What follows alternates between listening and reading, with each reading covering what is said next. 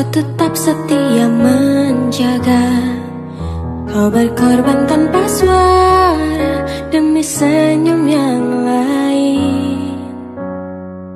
Saat semua tertidur, kau terjaga sepanjang waktu. Lupakan lelah ragamu demi raga yang lain. Dunia telah tersenyum melihat kau bertaruh nyawa. Tak pedulikan yang kau punya demi raga yang lain. Engkau pahlawan dunia, Tuhan yang kan membalas semua jerih lelah yang tak ternilai demi raga yang lain.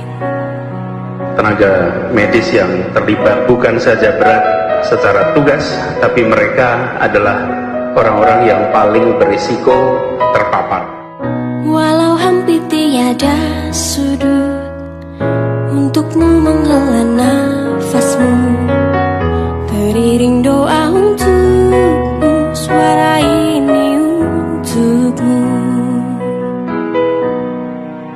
Dunia telah tersenyum melihat kau bertaruh nyawa. Tak pedulikan yang kau punya demi raga yang lain. Engkau pahlawan dunia, Tuhan yang kan membalas semua jerih lelah yang tak ternilai demi raga yang lain.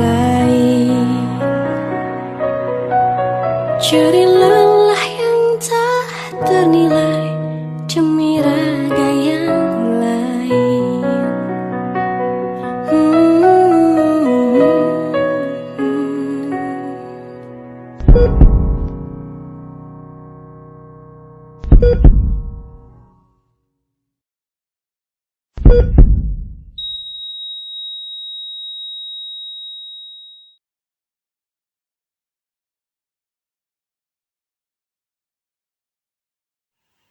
Salam mentari buat kita semuanya, buat Bapak dan Ibu, saudara-saudari. Kali ini kami kembali menyapa kita semuanya dengan perenungan-perenungan. Harapan kami perenungan-perenungan yang kami sajikan bisa memberikan kita gairah-gairah baru dalam menjalani kehidupan ini. Belakangan ini ada satu istilah baru yang muncul, namanya Coronaphobia. Kita takut dengan kata corona, seolah-olah dalam pikiran kita mendengarkan kata itu, maka yang terbayang adalah penderitaan, kesakitan. Bahkan ketika kita mendengar kata corona, seolah-olah kita semakin dekat dengan kematian. Bapak Ibu, dalam kondisi yang seperti ini, maka hati kita semakin gelisah. Bahkan mungkin juga ada hati yang memberontak. Mengapa? Ada banyak ahli, ada banyak pakar. Ini kenapa sih obatnya belum cepat ditemukan? Kita mendengarkan ada di beberapa negara bahwa sudah ada penelitian. Ketika berita itu pertama kita dengarkan, hati kita barangkali gembira. Oh, penderitaan ini bisa kita akhiri. Tapi sampai sekarang berita baik belum bisa kita peroleh.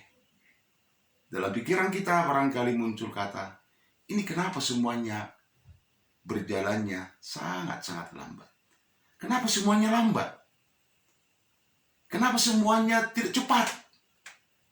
Bapak Ibu, hari ini saya mau mengajak kita untuk merenungkan arti kata spiritualitas melambat. Slowing down spirituality. Pertama-tama saya berangkat dari satu firman Tuhan, Filipi 4 ayat 13, yang berkata, segala perkara dapat kutanggung di dalam Dia yang memberikan kekuatan kepadaku. Bapak Ibu, saya tidak mau mengajak kita untuk menggunakan ayat ini seolah-olah dalam pikiran, dalam hati kita Tuhan seperti Superman atau Captain America yang dengan tamengnya akan datang ke depan kita lalu kemudian menangkal semua virus yang akan datang menyerang kita. Oh bukan. Saya tidak mau mengajak kita untuk merenungkan firman itu dari sisi yang demikian. Saya justru mengajak kita untuk merenungkan firman ini masuk ke dalam cara kehidupan Yesus. Karena perhatikan, di dalam firman itu ada kata di dalam. Segala perkara dapat kutanggung di dalam Dia. Artinya, melalui firman ini, kita masuk ke dalam kehidupan Yesus.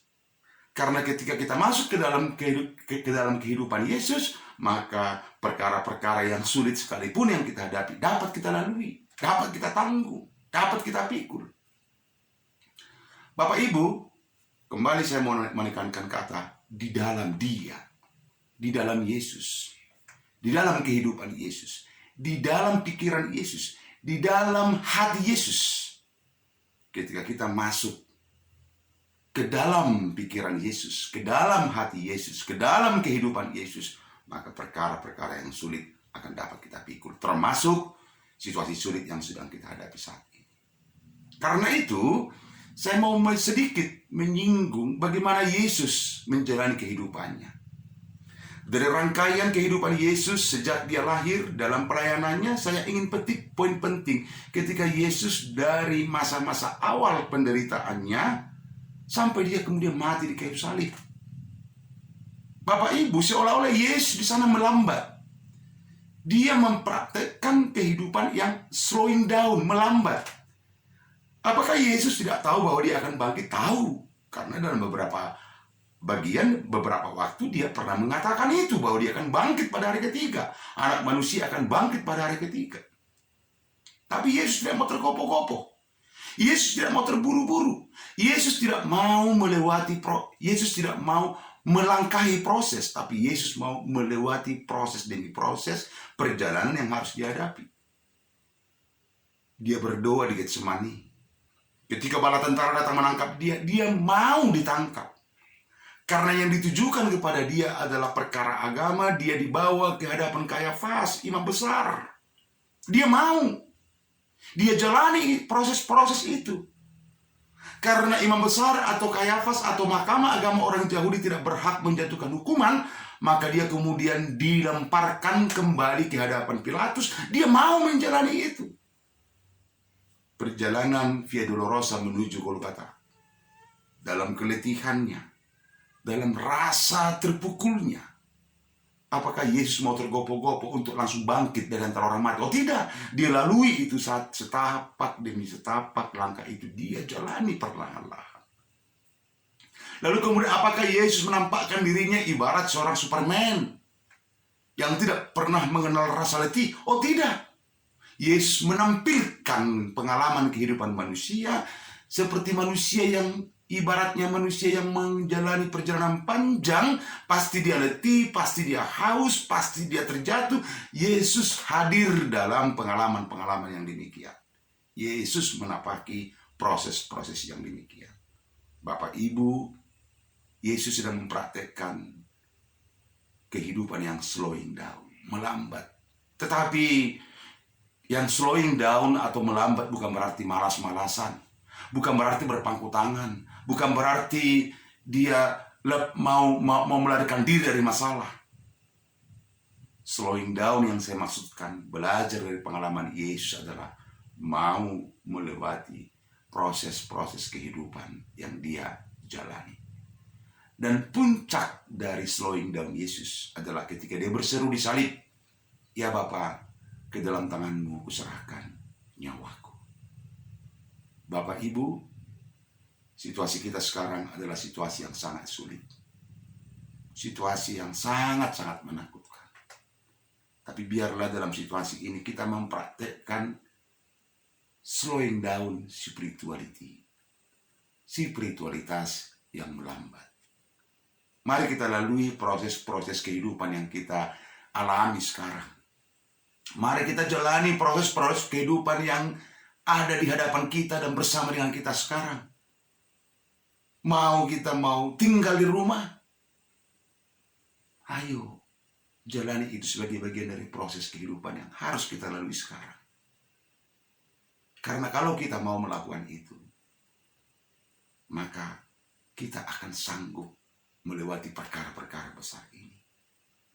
Sembari jangan pernah lupa katakan, ke dalam tanganmu kuserahkan hidupku. Jalanilah proses ini. Sembari berkata, ke dalam tanganmu kuserahkan hidupku. Bapak Ibu yang terkasih dalam Yesus Kristus, hari ini kita akan beribadah. Ibadah minggu. Barangkali hampir semua kita nanti akan beribadah minggu di rumah masing-masing. Maka itu tidak perlu kita sesalkan. Ini adalah bagian dari proses kehidupan yang harus kita jalani. Kita beribadah minggu yang tadinya di gedung gereja, namun kali ini di rumah masing-masing. Bagian dari proses yang kita jalani. Ayo, jalanilah ini semuanya. Jalanilah ini semuanya. Tanpa ada gerutuan. Tanpa ada rasa-rasa penyesalan. Jalani semuanya. Ibarat Yesus yang menjalani satu tahap demi tahap kehidupan. Sampai dia menang dari antara orang mati.